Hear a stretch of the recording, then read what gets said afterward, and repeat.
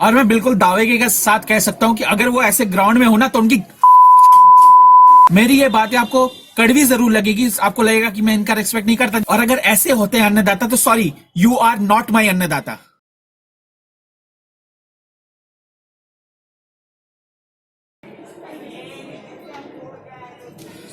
Guys, कल जो दिल्ली में हुआ वो बहुत ही ज्यादा गलत हुआ। बहुत गुस्सा भरा हुआ है अंदर, लेकिन उतना मैं बाहर लाना नहीं चाहता, क्योंकि बहुत महीनों से मैंने ये जो पॉलिटिकल पोस्ट और इससे रिलेटेड जो चीजें हैं वो पोस्ट करना या फिर उसमें बात करना बंद कर दिया है।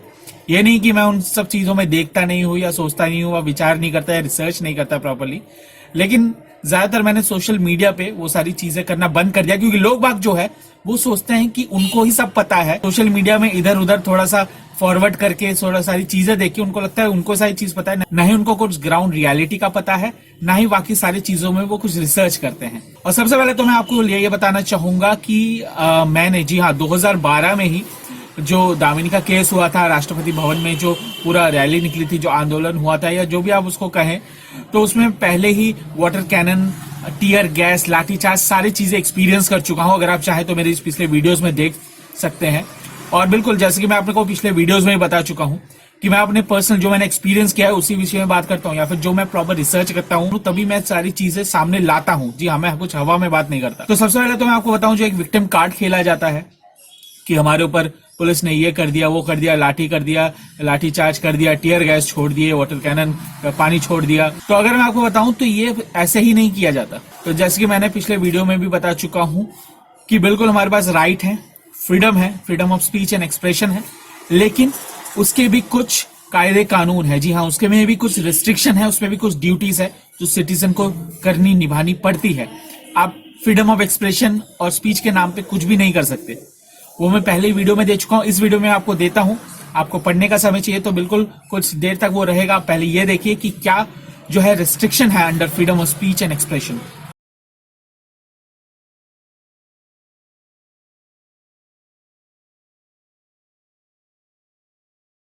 तो जैसे कि आपने देखा, और उसके बाद मैं आपको बताता हूं कि आपको एक पर्टिकुलर एरिया दिया जाता है कि बिल्कुल आपको रैली करनी है, आंदोलन करना है, कुछ भी आपको करना है तो आप अगेंस्ट में बिल्कुल बोल सकते हैं, आपका वो राइट है, फ्रीडम है, लेकिन आपको एक पर्टिकुलर एरिया दिया जाता है कि बैरिकेड के साथ कि आप यहां तक ही रहिए, ये आपका जो है एक पर्टिकुलर पॉइंट है, इसके अगर आप आगे बढ़ेंगे तो बिल्कुल आपके ऊपर कार्रवाई की जाएगी अंडर दैट रेस्ट्रिक्शन। और जब मैं वहां पे था तो बिल्कुल राष्ट्रपति भवन में पूरा जो बैरिकेड है, आप वो वीडियोस जाके भी देख सकते हैं, मैं बिल्कुल उसमें मैं भी आपको दिखूंगा कि बैरिकेड दिया गया है, उसके पीछे जो है सारे लोग अपना नारेबाजी कर रहे हैं, आंदोलन कर रहे हैं, जो भी कर रहे हैं। और अगर वो बैरिकेड को पार करना चाहे, उसको हटा के, उसको तोड़ के, या फिर पूरी भीड़ उसके आगे बढ़ना चाहे, तो पहले जो है वार्निंग दी जाती है पुलिस के द्वारा। यही नहीं कि आपको उठा के टीयर गैस छोड़ दिया या फिर वाटर कैनन छोड़ दिया, लाठी चार्ज कर दिया, नहीं, पहले वार्निंग दी जाती है आपको कि आप कृपया ये मत कीजिए, नहीं तो हम कार्रवाई करेंगे। और उसके बाद फिर वाटर कैनन छोड़ा जाता है। वाटर कैनन छोड़ने के बाद भी देखते हैं कि भीड़ जो है वो कैसी है। अगर वो उसी पॉइंट पे है तो बिल्कुल उसके बाद कार्रवाई नहीं की जाती, लेकिन उसके बाद अगर फिर से भीड़ ने कुछ ऐसा वैसा करना चाहा, राइट, जो रिस्ट्रिक्शन उनको दी गई है उसके अगेंस्ट कुछ करना चाहा, तो फिर से वो वार्निंग देते हैं कि कृपया आप ये मत कीजिए, नहीं तो हमें कार्रवाई करनी पड़ेगी।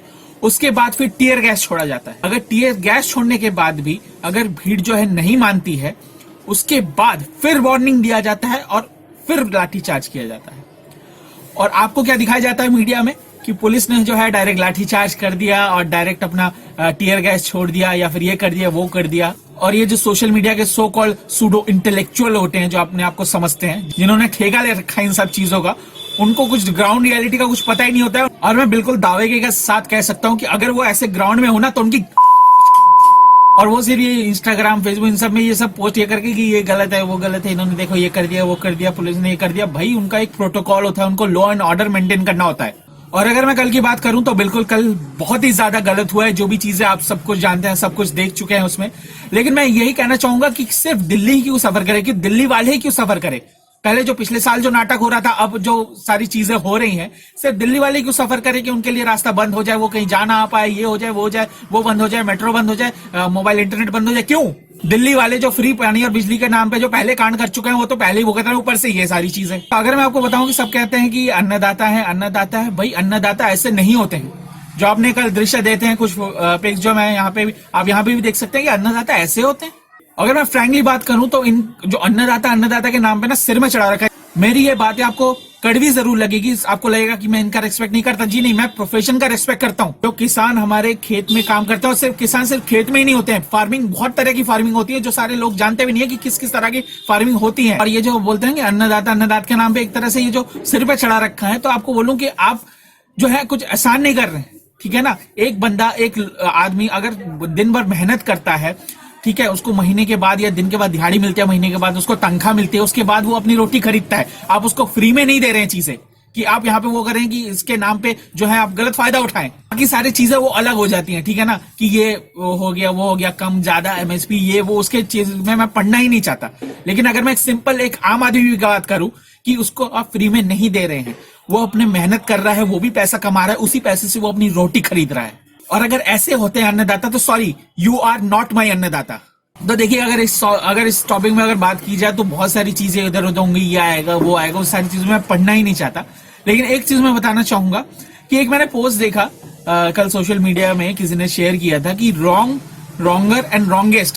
तो आप इसमें देख सकते हैं कि रॉन्ग जो है कि उन्होंने जो है ये बिल्कुल 3 ट्रैक्टर से वो दिल्ली की जो है बस गिरा रहे हैं, जिसको पलटने की कोशिश कर रहे हैं। एक बस कितने की आती है ये जानते भी हैं, और ये पब्लिक प्रॉपर्टी है, इन्होंने खरीद के गवर्नमेंट को नहीं दी है, ये पब्लिक प्रॉपर्टी है। हम पब्लिक हैं, हमारे पैसों से, हमारे जो टैक्स हैं, टैक्स के पैसों से खरीदी गई है। और ऐसे कितनी ये पब्लिक प्रॉपर्टी बर्बाद कर रहे हैं, कर चुके हैं और भी आगे करना चाहते हैं शायद, जो ये बर्बाद कर रहे हैं। फिर देख रहे हैं कि लाल किले में झंडा लहरा रहा है कोई दूसरा, जो यहाँ पे तिरंगे का भी अपमान हुआ है।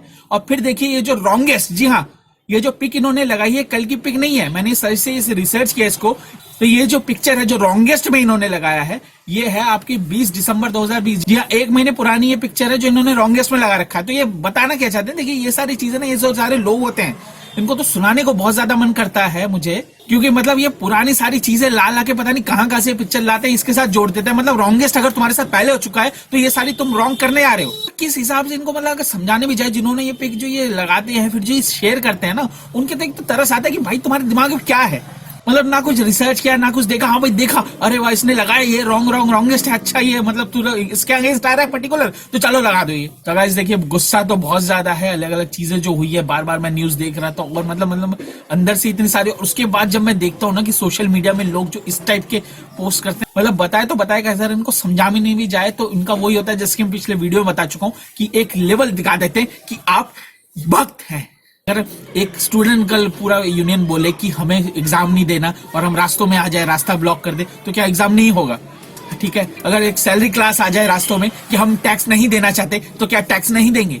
अगर एक कोई जनरल कैटेगरी का आ जाए कि सारे रिजर्वेशन हटाओ, कि ये रिजर्वेशन हटा देंगे, तो ऐसा नहीं होता है। प्रॉपर सिस्टम में ऐसा नहीं होता है कि आपको समझाना चाहते हैं, आप समझना नहीं चाहते, आपसे बोलते हैं कि इसको वापस लो, तो वैसा नहीं होता है और ना ही होना चाहिए।